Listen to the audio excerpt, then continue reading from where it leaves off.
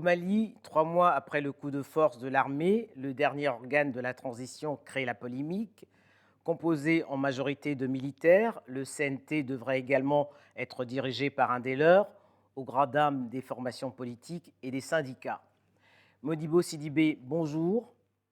Bonjour. Avant de parler de la transition malienne, je souhaiterais vous entendre sur Amadou Toumani Touré, disparu le 10 novembre dernier. Vous avez été le secrétaire général de la présidence pendant son premier quinquennat, puis son premier ministre. Quels souvenirs vous gardez de l'homme? C'est un homme qui a marqué l'histoire récente du Mali. L'avènement de la démocratie au Mali, on l'a vu, le soldat de la démocratie, mais aussi le fait de mettre en place un système de réponse à la demande sociale, ce qui était les préoccupations quotidiennes des Maliens. Il a été un bâtisseur. Je garde de lui l'idée d'un patron qui a un leadership, l'idée aussi d'un grand frère, d'un ami, j'ose dire, une amitié très précieuse et qui permettait il m'a associé à ce niveau élevé, comme tant d'autres de ses collaborateurs, dans une grande aventure pour la reconstruction du Mali, pour la construction du Mali, pour le développement du Mali. Alors, en 2012, 2 mois avant la fin de son second quinquennat, il a été renversé par un coup d'État militaire au motif qu'il avait mal géré la crise malienne naissante. 8 ans plus tard, la crise est loin d'être terminée. Les Maliens ont-ils regretté le sort qu'ils ont réservé à ATT en 2012?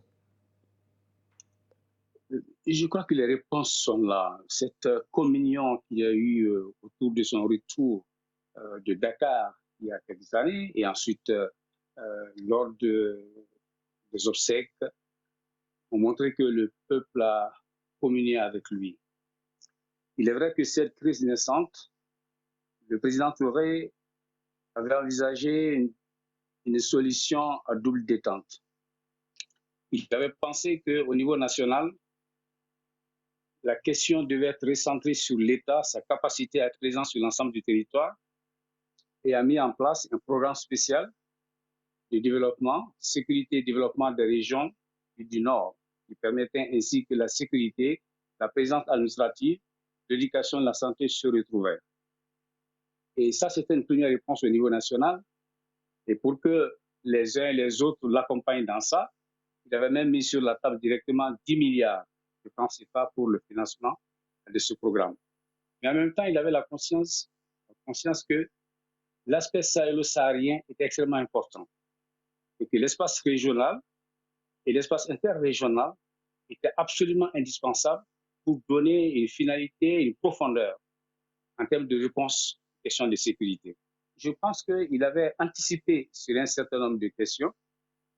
Malheureusement, les résultats n'ont pas été ce qu'on pouvait escompter, mais aujourd'hui, il est clair que la démarche qu'il avait tracée, ce continuum-là, sécurité-développement, reste encore euh, l'essence de la réponse aux problèmes de sécurité que nous vivons et à la question de l'État.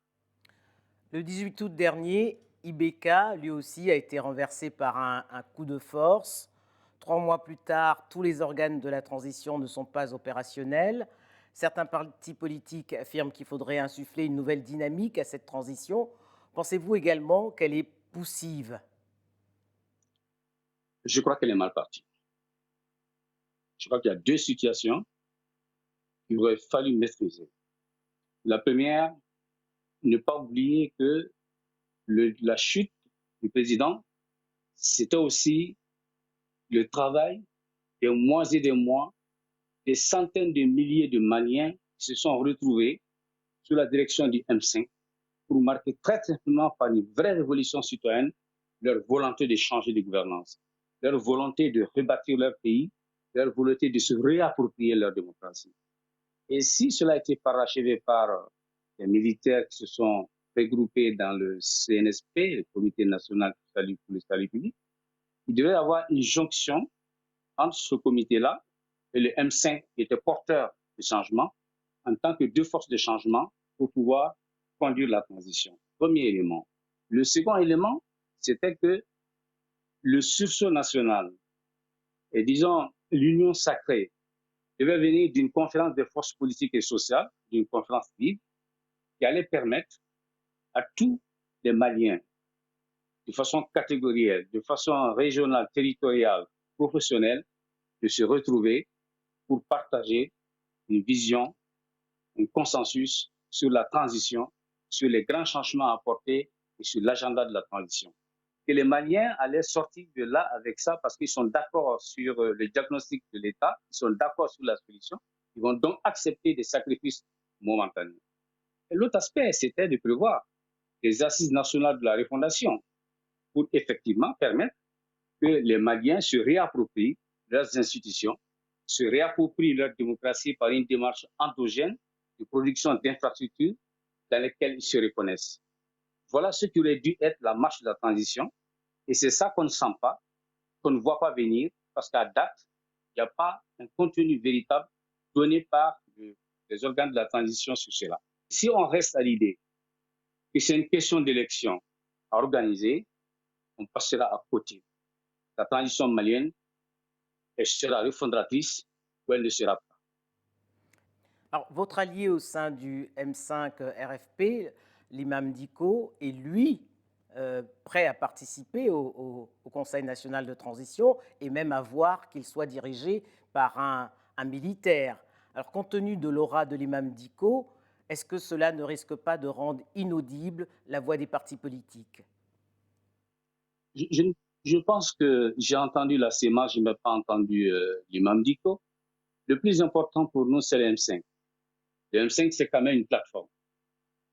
Il regroupe beaucoup de partis politiques, de centrales syndicales, d'associations, de personnalités et qui ont conduit la révolution citoyenne, qui ont une idée de ce que doit être la transition, qui veulent que la transition soit articulée autour d'un agenda.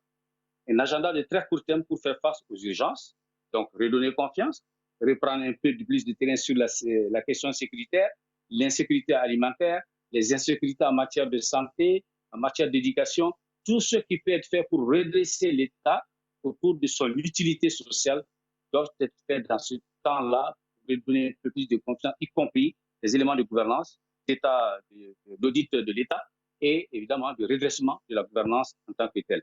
Mais tu dois être accompagné de l'autre pourcent qui est concomitant, qui est les réformes structurelles.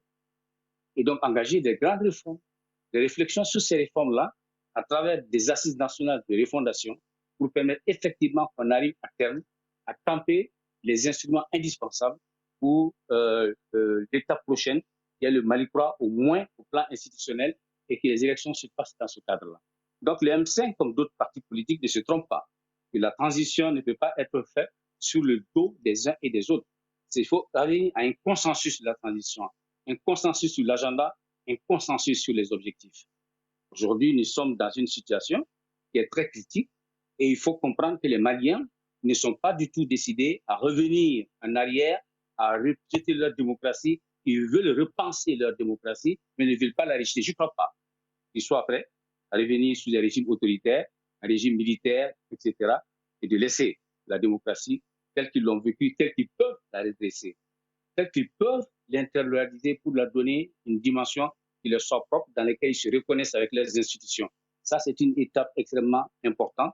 Ce n'est pas seulement le Mali, c'est la sous-région, c'est le continent qui a besoin aujourd'hui, avec sa jeunesse, de poser d'autres règles concernant la gouvernance, concernant la démocratie, qui ne doivent pas reculer sur le continent, mais qui doivent s'affirmer davantage aujourd'hui, dans plus de transparence, dans plus de volonté de faire les ressources.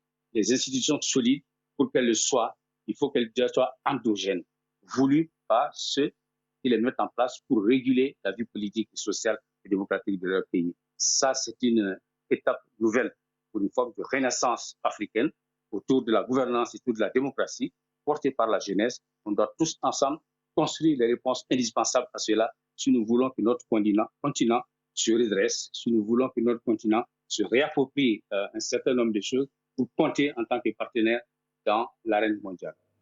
Alors, avec un président de la transition qui est un ancien militaire, un vice-président de la transition qui est un militaire, un futur président de la CNT qui sera un militaire, 13 régions qui seront dirigées par des militaires. On est très loin des recommandations de la CEDEAO qui voulait que la transition soit conduite par des civils. Est-ce que vous êtes surpris par les prétentions de l'armée? Je ne suis pas dire que je suis surpris par les prétentions de l'armée. Je voudrais m'écarter des solutions de la CEDEAO que je ne partage pas parce qu'avec la CEDEAO n'a jamais pu comprendre que la crise malienne était profonde, était complexe, que ce n'était pas une question de crise qu'ils ont voulu gérer. Donc, leur approche n'est pas la même. Deuxièmement, nous considérons que la transition politique elle doit être civile. Parce que dans le combat du M5, le M5 a bien prévu qu'il y a deux ou trois étapes. La première, c'est de mettre fin au régime qui nous amenait vers le gouvernement. Et à partir de là, de mettre en place une transition politique pour conduire à des réformes majeures qui pourraient permettre l'avènement d'une autre république, d'une autre démocratie beaucoup plus ancrée. Je crois que se précipiter, c'est de fuite en avant que de vouloir mettre un militaire ici, que de vouloir faire des régions qui n'ont pas encore fait l'objet d'un véritable partage de vision sur la décentralisation, sur les territoires, sur leur organisation, sur leur aménagement. Je pense qu'il est précipité d'aller dans toutes ces nominations. Il est précipité d'aller vers une espèce de fuite en avant. Il faut revenir, ce que moi j'appelle, lors de la transition, c'est une traduction des mots Bamana qui veut dire l'essence des choses. Lorsque la transition, c'est la refondation. Et cette refondation-là, il est temps de la faire. On ne l'a pas fait en 2012-2013. On ne l'a pas fait en 2018. Aujourd'hui aussi, pour différentes raisons, on peut précipiter les choses et une fois de plus passer à côté. Nous n'entendons pas, nous, M5, que ce soit de cette manière-ci. Et donc, par conséquent, notre bataille, nous allons la poursuivre pour que la transition revienne à une trajectoire qui va dans cette direction-là, qui est le changement et la transformation de notre pays, qui est une autre gouvernance, une autre démocratie bien à nous et qui est notre État qui est plus solide, qui est plus représentatif des territoires et représentatif de la diversité des Maliens, qui requiert une nouvelle légitimité qu'elle doit bâtir au plus près des communautés pour avoir une réponse effectivement par la présence de la République, la présence de l'autorité, de façon participative, à faire en sorte que la confiance revienne et qu'on considère que c'est l'autorité de la République, par la sécurité, par la justice, qui doit prévaloir pour être la protection et, disons, le bouclier pour tout le monde et que le Mali puisse retrouver une forme de stabilité qui permettra d'aller vers une sortie de crise durable et véritablement. Modibo Sidibé, merci. C'est moi.